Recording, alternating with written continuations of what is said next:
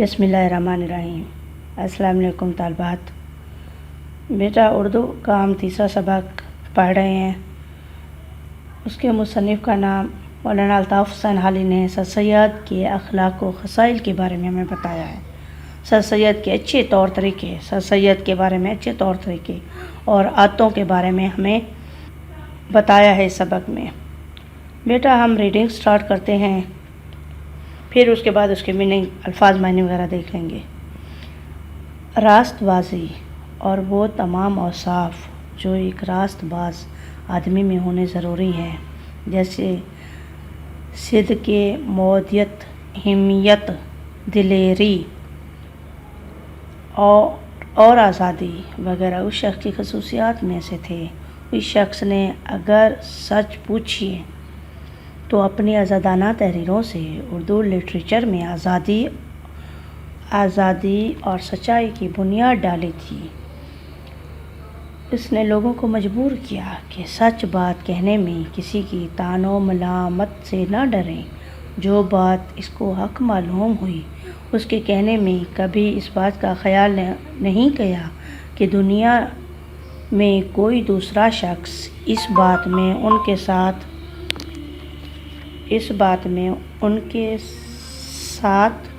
इत्तफाक करने वाला है या नहीं।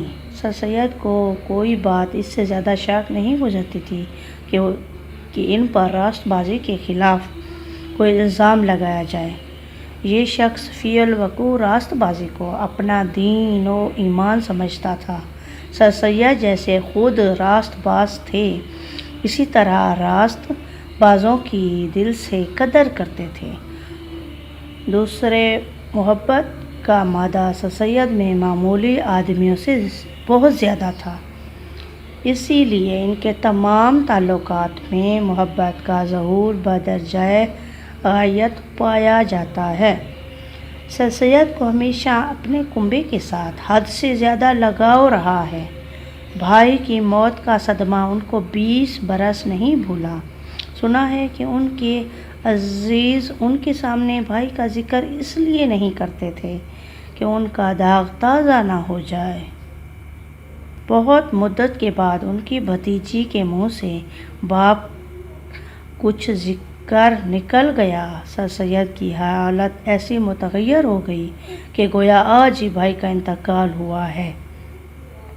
अपनी वालदा के साथ जैसी उनको वाबस्तगी थी, ऐसी बहुत कम ही सुनी गई है, और जैसी कि वो जवानी में अताअत व फरमाबरदारी करते थे और उनके गुस्से और खफगी को बर्दाश्त करते थे, इस तरह बच्चे भी अपने माँ बाप का कहा नहीं मानते। अपने वतन के साथ हर शख्स को उल्फत होती है, मगर सर सैयद की मोहब्बत अपने वतन के साथ अजीब तरह की थी। गो बाज़ाहिर सर सैयद ने दिल्ली हमेशा के लिए छोड़ दिया। उनके आर्टिकलों में या स्पीचों में या लेक्चरों में या प्राइवेट ख़तों में जहाँ कहीं भी दिल्ली का जिक्र आ गया तो उनका दिल उमड़े बगैर नहीं रहा। अगर गौर से देखा जाए तो सर सैयद के दिल में कौम की भलाई का ख्याल और कौमी हमदर्दी का जोश ज़्यादातर दिल्ली की तबाही और बर्बादी ने पैदा किया। सर सैयद जैसे ज़िकियुल हिस्स आदमी के लिए ये इनकलाब एक ताज़ियाना था। दिल्ली का सन्नाटा देखकर ऐसी चोट उनके दिल पर लगी जो रफ्ता रफ्ता आखिर नासूर बन गई। नवाब मोहसिनुल मुल्क ने एक मौका पर सर सैयद का जिक्र खैर करते वक्त कहा कि मैंने किसी शख्स की ज़ात में इस कदर खूबियाँ जमा नहीं देखी। मेरी इनसे पहली मुलाकात 1861 में हुई थी, 1861 में हुई थी। इस वक्त से आज तक एक बात भी इनमें ऐसी नहीं देखी जिसको बुरा कह सकूं।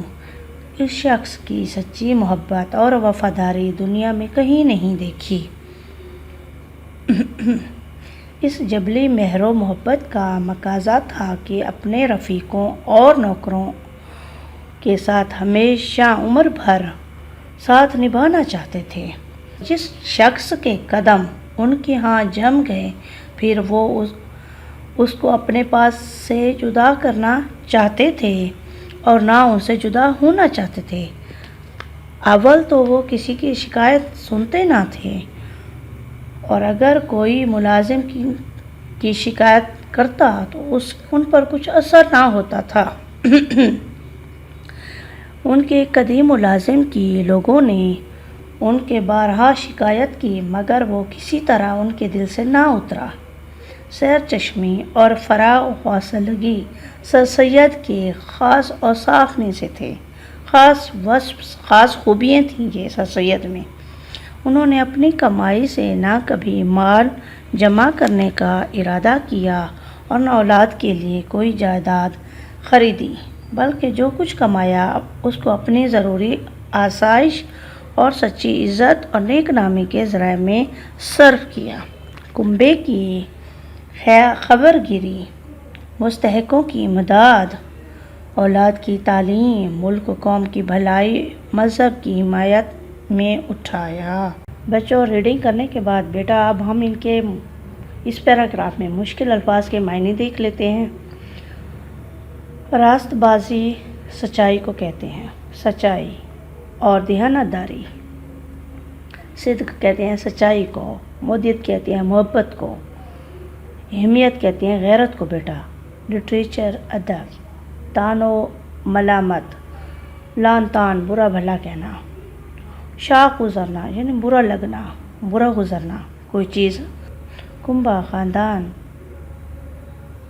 اس کے بعد ہے بچے داغ تازہ ہونا، صدمہ یا غم تازہ ہونا، انتقال ہونا، فوت ہو جانا، وابستگی، لگاؤ، محبت۔ آرٹیکل، مضمون۔ اسپیچ یعنی تقریر یا لیکچر۔ پرائیویٹ یعنی نجی یا ذاتی۔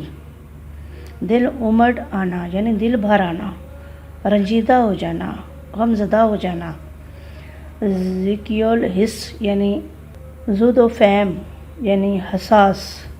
ذکیول حس کا کیا مطلب ہے بیٹا؟ حساس۔ تازیانہ، چابک مراد ہے، چابک مراد ہے۔ سناٹا، خاموشی، دل پر چوٹ لگنا، صدمہ ہونا، گہرا صدمہ ہونا یعنی۔ جبلی کہتے ہیں بیٹا فطری کو، مہر و محبت، نوازش اور محبت، مہر و محبت، نوازش اور محبت۔